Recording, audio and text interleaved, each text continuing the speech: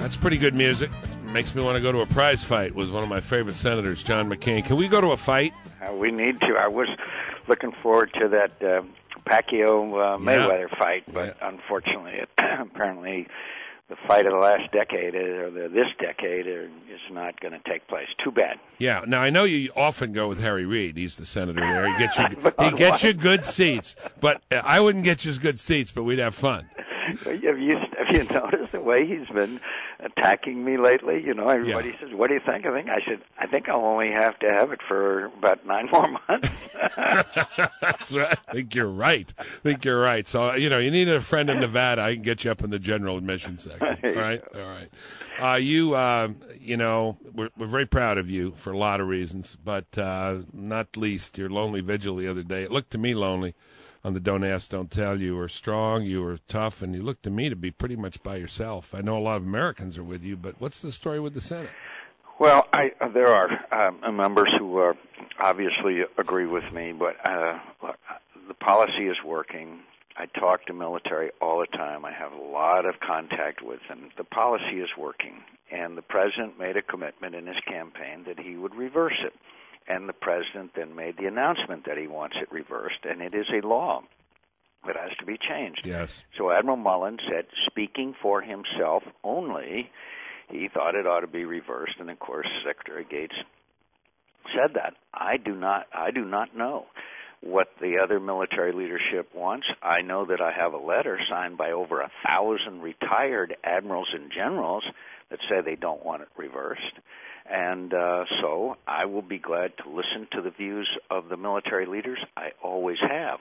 But I'm not changing my position in support of Don't Ask, Don't Tell unless there is the significant support for the repeal of Don't Ask, Don't Tell. And I would remind you that we're in 2 wars. You know that, and our listeners know that.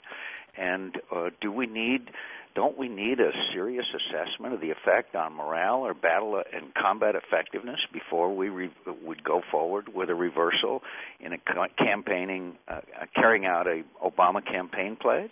Yeah, let me ask you quickly. There's other things I want to get to, too. But there are gays serving the military now, but, don't ask, don't tell, keep your mouth shut, mind your own business. They're not precluded from serving in the military. Right, and but what changes? Say that they have. And what this would do would obviously have openly gay individuals serving, and that could, I want to emphasize, could, in the view of many, have an effect on both retention, reenlistment, and morale. And there was a Military Times, Army Times, Navy Times, Marine Corps Times survey that showed there was significant resistance to repeal of Don't Ask, Don't Tell within the ranks of the military. So we need to carefully examine this before we take any action, in my view, on a policy that is working. Yeah. Quickly, we had a lot of callers this morning, Senator McCain, and they said my bigger priority, they were in your position, but they said my bigger priority is rules of engagement. They're really crazy. Could you comment briefly on that? Well, we need to make sure that the rules of engagement are to protect the lives of our men and women in combat however is necessary.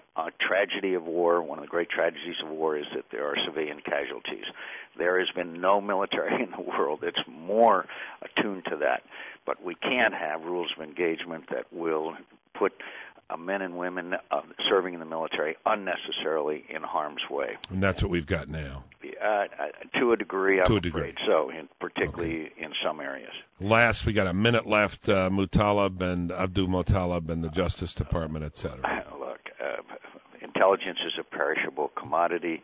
They read him his rights. Nice. He got lawyered up. Now I don't know what they're doing or what is going on. We're hearing various reports of cooperation, but the fact is that no terrorist should be given civil trials, and nor should be treated in non-military court. They should be treated under military law. They're enemy combatants, and they should be tried by military commissions, period. Yep.